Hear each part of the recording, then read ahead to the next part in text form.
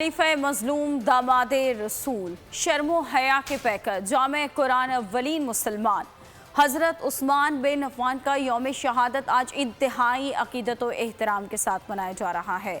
आपको बुलवाइयों ने 18 ज़िलहज को हालत रोज़ा में तलावत कलाम पाक के दौरान शहीद कर दिया था।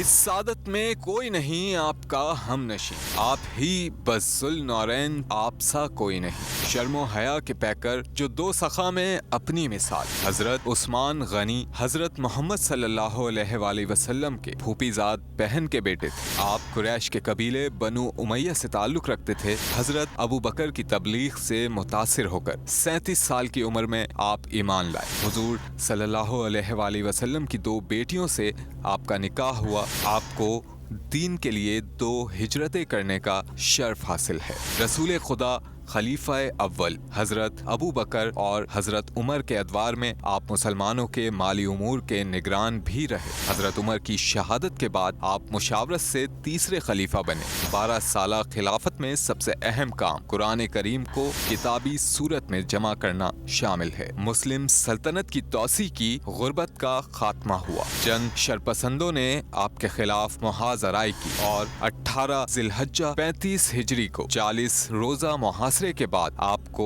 हालत रोजा में तिलावत कलाम पाक के दौरान शहीद कर दिया गया। अवाम के लिए एक और मुश्किल, आटे की अदम दस्तयाबी पर अवाम परेशान। आटे की फराहमी खासी मुश्किल का शिकार है और अवाम को मुश्किलात का सामना है।